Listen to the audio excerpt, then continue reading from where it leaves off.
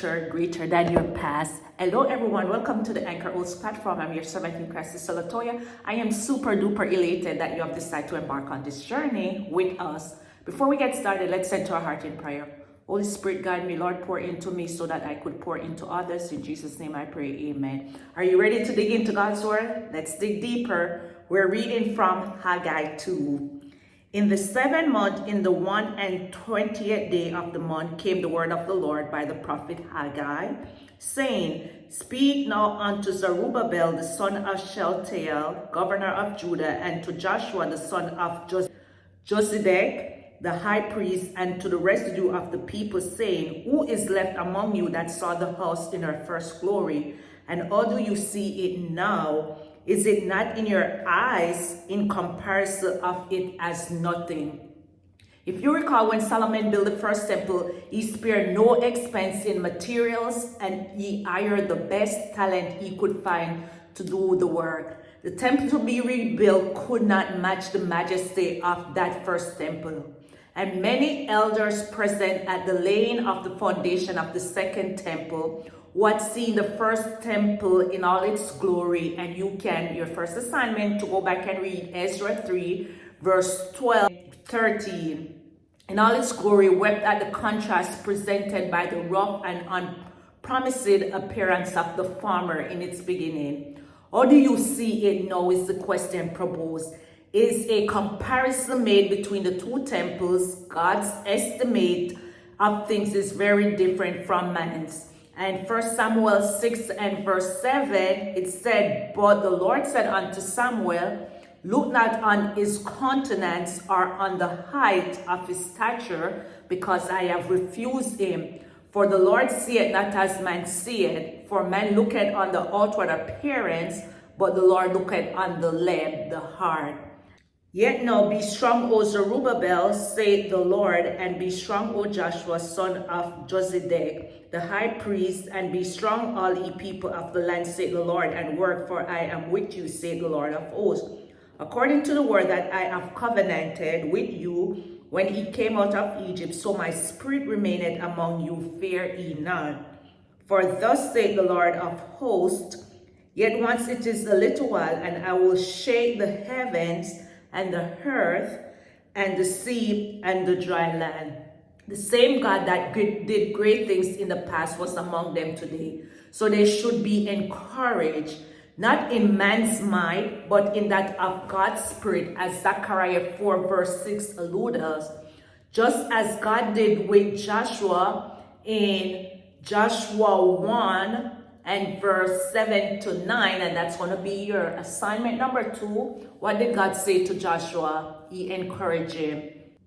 God is reminding his people that he has not changed, because we know that Hebrews 13 and verse 8 said Jesus Christ is the same yesterday, today, and forever. And also allude us that God is not a man that he should lie, or the son of man. It said God is the same, he don't change. And God is reminding his people that he has not changed since they sojourned out of Egypt, that he is a covenant-keeping God who honors his word. A shaking is coming that will impact the heaven, the earth, the sea, and the land. And this is the only portion of Haggai that is quoted in the New Testament in Hebrews 12 and verse 26. It announces God's intention to shake the present order in his coming day of judgment. And I will shake all nations, and the desire of all nations shall come. And I will fill this house with glory, saith the Lord of hosts. The silver is mine, and the gold is mine, saith the Lord of hosts. The glory of this latter house shall be greater than of the former, saith the Lord of hosts. And in this place will I give peace, saith the Lord of hosts. Shaking was of the element, with the earth, the land, the sea, and the heaven. And now you see it say a shaking. This shaking is of nation, which is the people, just as we see in Revelation 9. And that could be your assignment number 3, to go and read the entire chapter of Revelation 9. The true desire of all nations is Jesus, whether they believe it or not. Even if the nation themselves do not know it, He is the one, the true reformer, the true rectifier of all wrong. And in this respect, the desire of all nations. They did not need to be discouraged if they did not have money for the rebuilding project. They had to boldly trust in God, who owned everything, all the resources. And once you trust in God, guess what? He will give generously to those who trust and believe in his name. The glory of this temple was in fact greater. First, Herod, they said, remodeled this second temple into something greater than Solomon's temple. And second, the Lord of glory, Jesus, personally visited it and worshipped there. So it wasn't greater because Herod built on it. It was greater because Jesus, the Son of God, he dwelt among us and he visited and worshiped in that temple. So just having the presence of one of the triunion God there, that was more than Solomon's temple could ever be.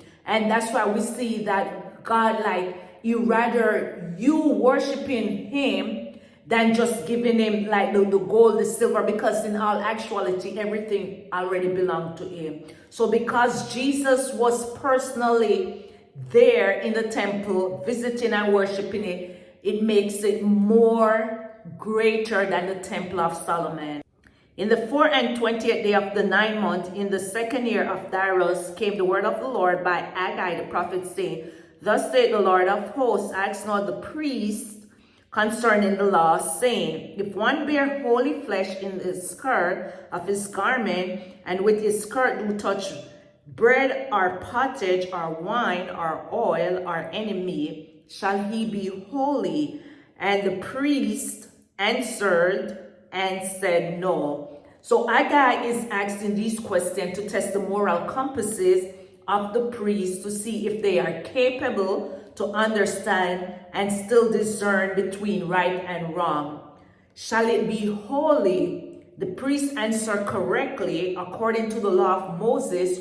Holiness is not contagious, but impurity is. Then said Haggai, if one that is unclean by a dead body touch any of these, shall it be unclean? And the priest answered and said, It shall be unclean. Then answered Haggai and said, So is this people, and so is this nation before me, saith the Lord, and so is every work of their hands, and that which they offer there is unclean. And now I pray you, consider from this day and upward, from before a stone was laid upon a stone in the temple of the Lord, on the simple principle, living in the Holy Land and offering sacrifices would not make the people acceptable, as long as they themselves were unclean through neglect of the house of the Lord.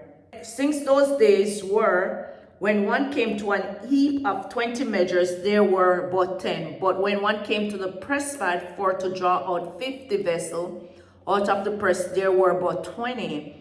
I smote you with blasting and with mildew and with hail and all the labors of your hands.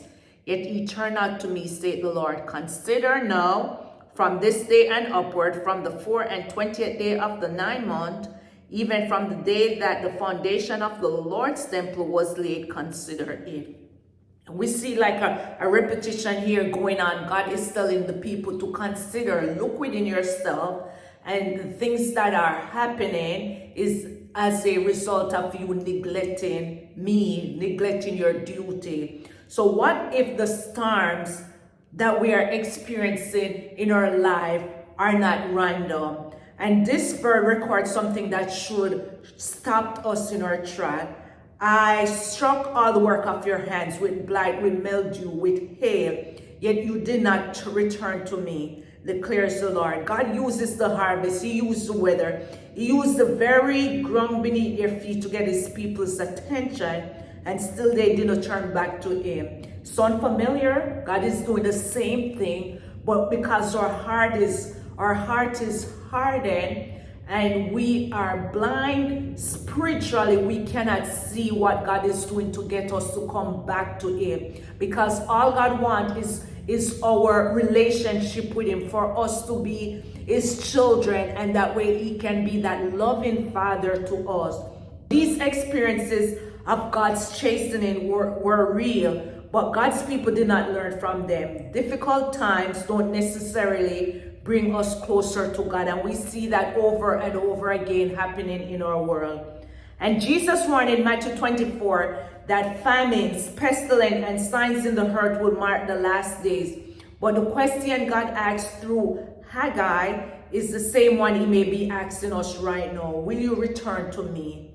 The signs in nature are not meant to terrify you. They are meant to awaken you, awaken us, awaken me. Every shaking, every drought, every storm is a mercy call from God, who would rather warn you than judge you. He is patient, he is long-suffering, full of mercy. He is speaking, he is calling. The question is, are we listening? God promised blessing to his people if they put their priorities back in order with him and his work first. Nevertheless, the blessing might not come immediately. And he did not want them to become discouraged, but to trust that from this day, he, God, will bless them. Is the seed yet in the barn? Yea, as yet the vine and the fig tree and the pomegranate and the olive tree had not brought forth. From this day will I bless you. And again the word of the Lord came unto Haggai in the 24th day of the month, saying, Speak unto Zerubbabel, governor of Judah, saying, I will shake the heavens and the earth. It was easy for the returning exiles to feel insignificant in the world, as if they were just pawns or spectators. God wanted them that though they were small in the eyes of the superpowers or in the eyes of their enemies or the world, they were servants of the God of all power. They are on the winning side. And I will overthrow the throne of kingdoms, and I will destroy the strength of the kingdom of the Eden, and I will overthrow the chariots and those that ride in them. And the horses and their riders shall come down, every one by the sword of his brother. In that day, saith the Lord of hosts, will I take thee, O Zerubbabel, my servant, the son of Shealtiel, said the Lord, and I will make thee as a signet, for I have chosen thee, said the Lord of hosts. And the word of encouragement show us that Haggai's message from God were a mixture of rebuke and also encouragement. God promised to fight for his people in his days of restoration and rescue. The signet ring was a token of royal authority, which like a throne, a crown, or a scepter. So Haggai 2 teaches us that God's perspective is different from ours. The people saw a smaller temple. God saw a greater future. The people focused on what was missing, and God focused on what he was building. And when we compare today's beginning to yesterday's glory, we can become discouraged, but God called us to keep working, keep trusting, and keep believing, because he is still at work. Whatever God is building in your life, whether your faith, your family, your ministry, your purpose, your future, just don't give up. Remember, God is able to make the latter greater than the former.